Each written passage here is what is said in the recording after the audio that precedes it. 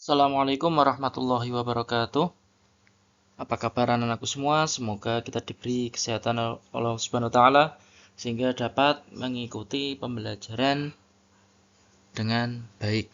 Pada kesempatan kali ini kita akan bahas terkait dengan pembahasan kisi-kisi PAIBP PSS 2 kelas 6 tahun 2025-2026 Kecamatan Margorejo, Kabupaten Pati. Ya, kisi-kisi yang pertama, soal nomor 1, peserta didik mampu membaca lafal pada potongan ayat surah Al-A'la. Ya, di sini anak-anak harus dapat mengetahui pedoman transliterasi. Ya, di sini contohnya misalnya ada huruf H, itu H titik di bawah. Nek shod itu berarti S titik di bawah. Kalau S titik di atas tuh sa. Nah, beda harus seperti itu. Selain itu harus paham tentang panjang pendek atau mat. Ya, kalau mat ini diberi garis atas pada huruf vokalnya. Misalnya J berarti A-nya di garis atas. J berarti I-nya, kalau Ju berarti U-nya. Lanjut nomor 2. Mampu mengartikan potongan surah Al-A'la. Di sini anak dapat mempelajari terjemahan dari surah Al-A'la. Paling tidak itu gambaran misalnya ayat 1 ya, Sabbihisma rabbikal a'la. Ini sabbihisma berarti terkait dengan menyucikan Allah. Nah, gitu aja. Ayat 2 lanjutan sampai ayat terakhir ya. Suhufi Ibrahim wa Musa, berarti ada kata-kata suhuf Nabi Ibrahim dan Musa. Soal nomor 3, menentukan yang termasuk surah Al-A'la. Berarti anak-anak misalnya ada surat yang tidak sesuai Al-A'la ya, atau surat misalnya surat Al-Fil atau surat Al-Kafirun ya, bisa dicoret saja, dieliminasi. Berarti cari yang ada Al-A'la saja. Yang nomor 4, ini tentang melanjutkan potongan surah Al-A'la. Berarti misalnya sebaiknya hafal, tapi kalau tidak hafal ya paling tidak tahu gambarannya urutannya itu apa toh. Ya misalnya walladzi qaddara fahada. Nah, berarti setelah walladzi qaddara titik berarti fahada. Sanuqri'uka fala titik berarti jawabannya tansa. Kemudian soal nomor 5, menyebutkan isi kandungan surah Al-A'la. Di sini anak-anak harus paham ya, Al-A'la ini isinya tentang apa saja. Biasanya terkait dengan mensucikan nama Allah, larangan mementingkan dunia, berarti kita lebih kepada mementingkan akhirat. Tuh. Kemudian soal nomor 6, penggunaan lafal dzikir yang sesuai. Ya. Ini lafal dzikir ada tasbih, ini digunakan ya, subhanallah berarti mensucikan nama Allah.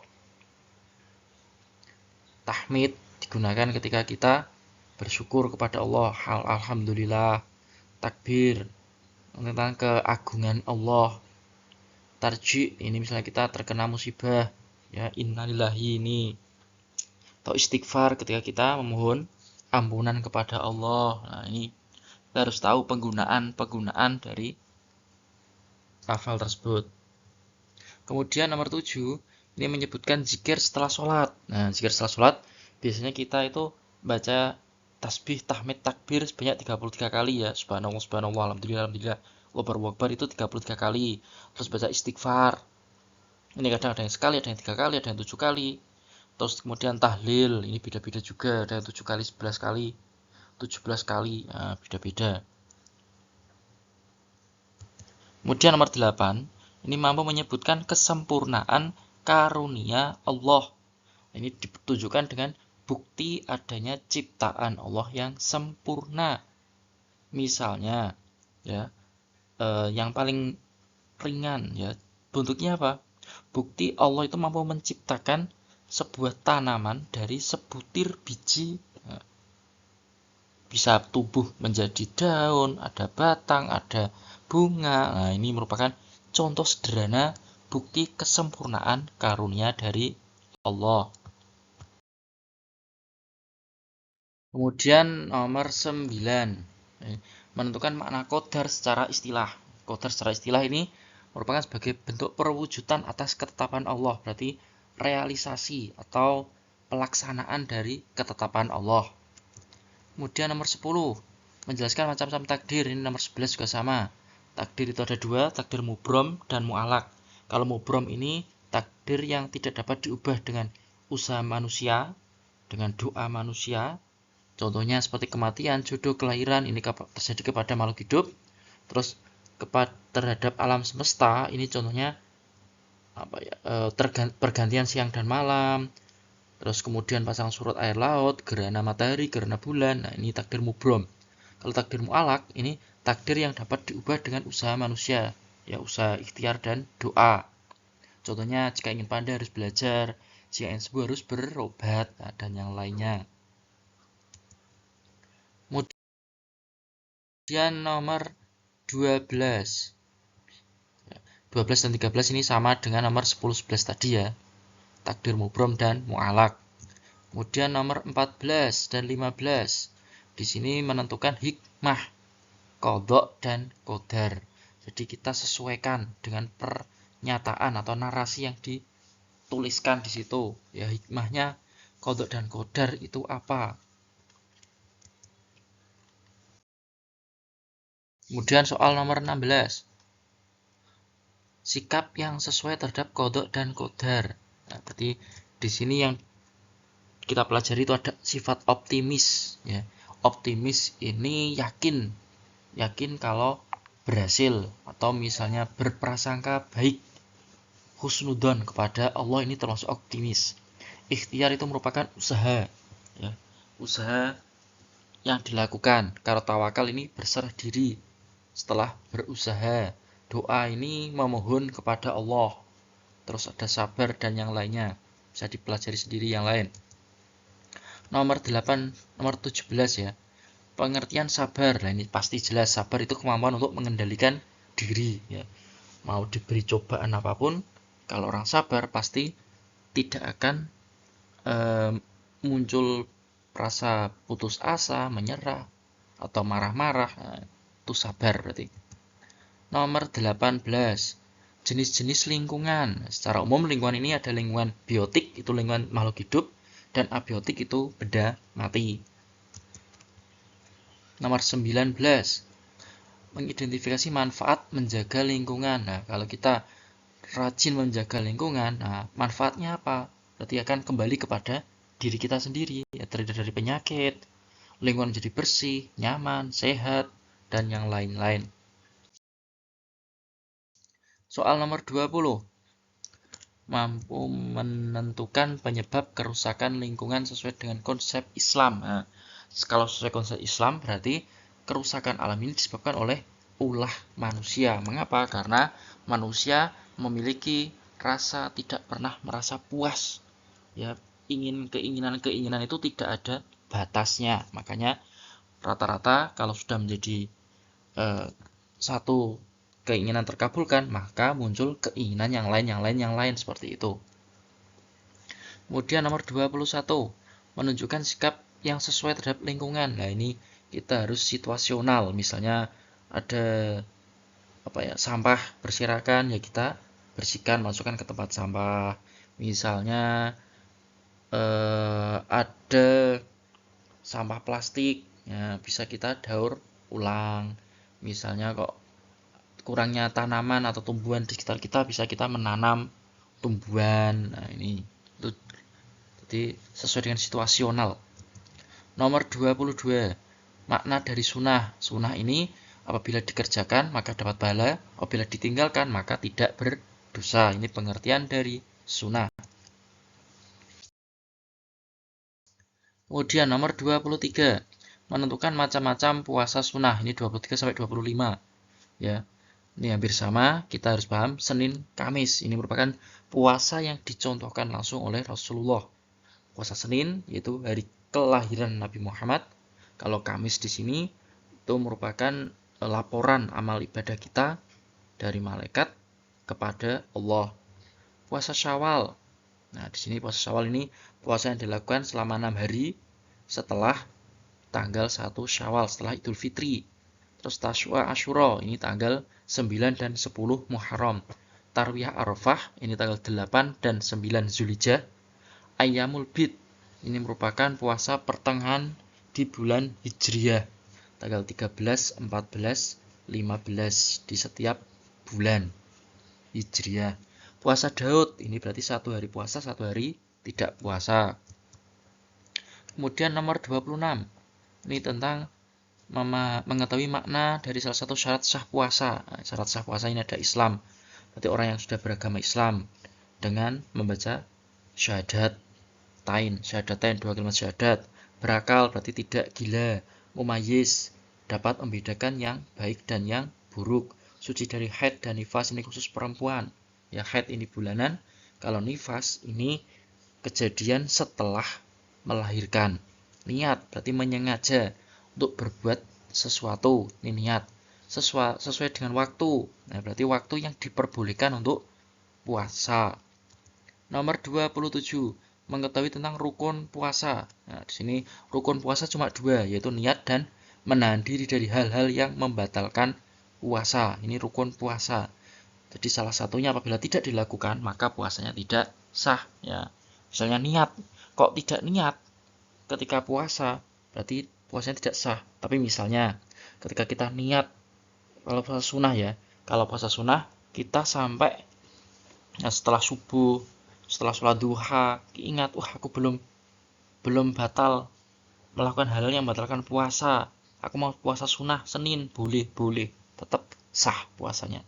Tapi kalau puasa wajib itu tidak sah. Kalau sudah melewati ya waktu sholat subuh. Nomor 28, mengetahui hal-hal yang membatalkan puasa. Nah, di sini makan, minum, muntah dengan sengaja, terus hilang akal atau gila, murtad atau keluar dari agama Islam, haid dan nifas tadi sudah dijelaskan.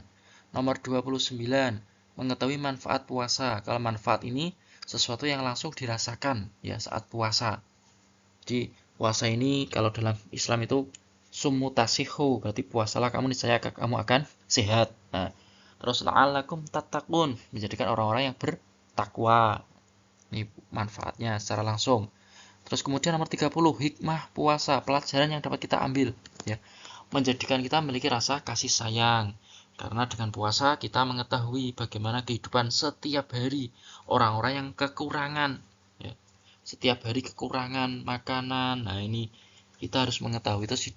Dengan begitu kita menjadi hidup sederhana. Nomor 31, mengetahui jasa Utsman bin Affan dalam pembangunan. Nah, dalam pembangunan ini berarti infrastruktur. Misalnya, pabrik itu terkait dengan pembangunan jalan, pembangunan saluran air, ada renovasi Masjid Nabawi. Ini merupakan jasa Utsman bin Affan dalam pembangunan. Nomor 32, ini terkait dengan pemberontakan Ali bin Abi Thalib ya, memerangi pemberontakan Muawiyah, Tolhah, Zubair dan yang lainnya. Di sini disebabkan karena kurang kepastian ya terhadap pembunuhan Utsman. Terhadap pembunuh Utsman ini hukumnya kurang jelas, makanya jadi pemberontakan tadi. Nomor 33, adanya standarisasi dan kodifikasi Al-Quran pada masa Khalifah Utsman bin Affan. Tujuannya supaya ada keseragaman dalam tulisan dan bacaan Al-Quran. Sampai sekarang anak-anak dapat melihat Quran yang Rasul Utsmani itu merupakan standarisasi dan kodifikasi sejak zaman Khalifah Utsman bin Affan. Kemudian nomor 34, mengidentifikasi keteladanan Khalifah Utsman bin Affan ya. Nomor 35 juga sama ya. Sederhana, dermawan, lemah lembut dan yang lainnya. Kalau sederhana berarti dapat dilihat dengan contoh misalnya kehidupan sehari-harinya ya, menggunakan pakaian yang seadanya, misalnya berlubang ya dijahit, itu sederhana hidupnya. Tidak hidup foya-foya, makan seadanya. Terus dermawan berarti apa? Berarti memberikan bantuan kepada yang lain, yang memberikan harta, benda atau tenaga, itu bisa masuk dermawan, untuk berjuang di jalan Allah. Lemah lembut berarti tidak adanya rasa diktator ya, sewenang-wenangan dalam memimpin. Ini, tapi dengan lemah lembut, ya tidak langsung marah-marah. Nah, bisa. Ini yang pilihan ganda. Kemudian kita masuk yang bab S2, yaitu tentang isian. Ini mulai dari nomor 36. Yang pertama, merangkai huruf hijaiyah dari potongan ayat surah Al-A'la. Berarti anak-anak harus mampu mengetahui mana huruf yang bisa merangkai dan mana yang tidak dapat merangkai. Ya, yang tidak dapat merangkai ada berapa itu? Alif, kemudian dal, ro, za, waw. Nah, ini yang tidak dapat merangkai.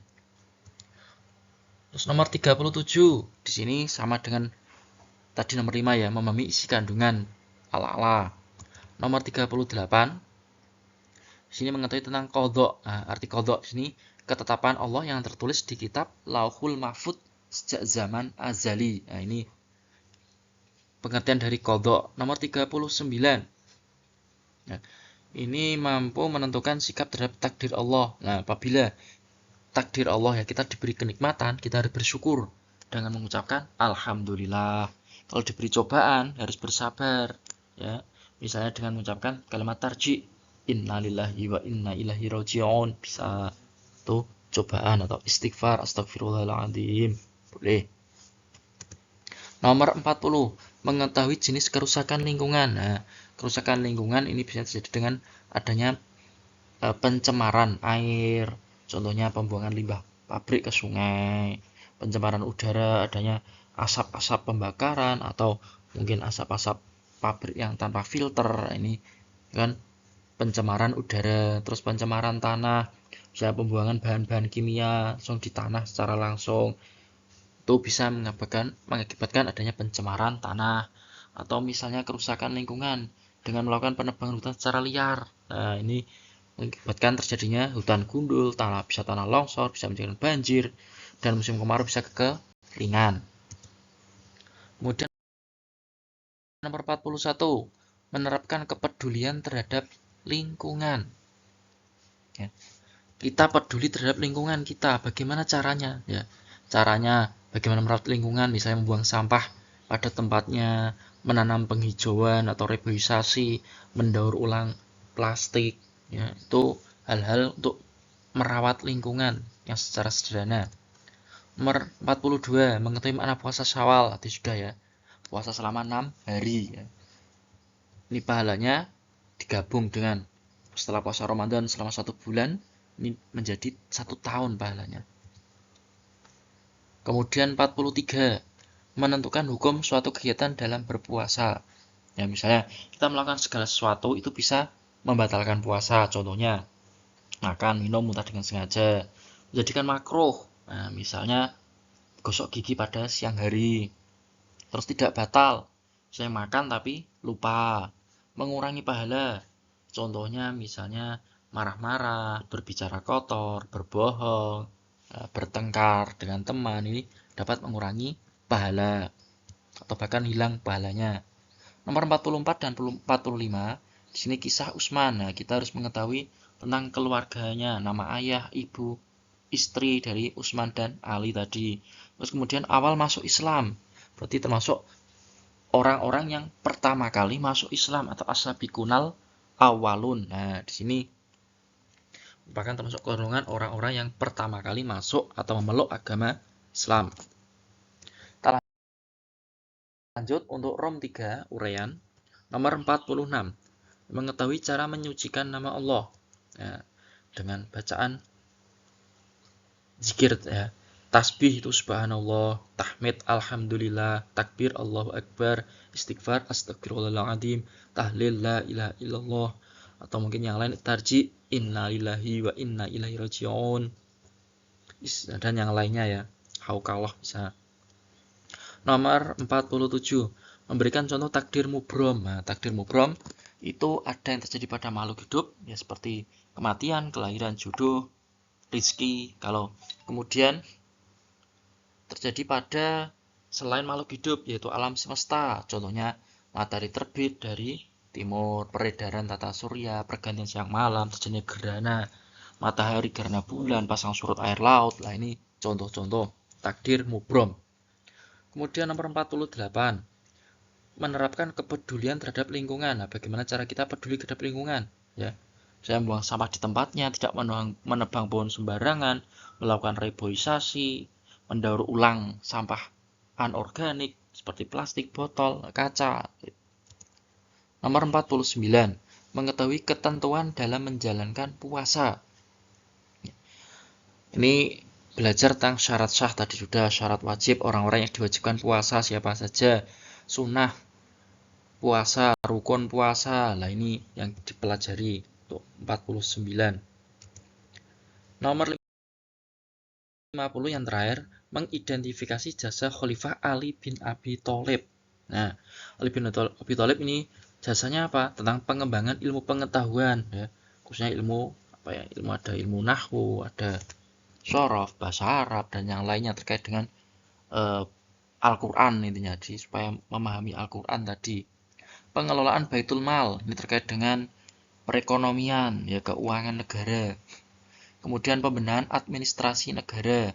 Di sini adanya pergantian ya orang-orang sejak zaman Khalifah Utsman yang kurang cakap, kurang mampu, kurang profesional, maka diganti dengan orang yang cakap, yang profesional, yang ahli, sehingga dapat administrasi ini, negara ini dapat berjalan dengan baik. Ya, demikian kisi-kisi pembahasan kisi-kisi PSS 2 secara singkat. Semoga bermanfaat. Kurang lebihnya minta maaf. Assalamualaikum warahmatullahi wabarakatuh.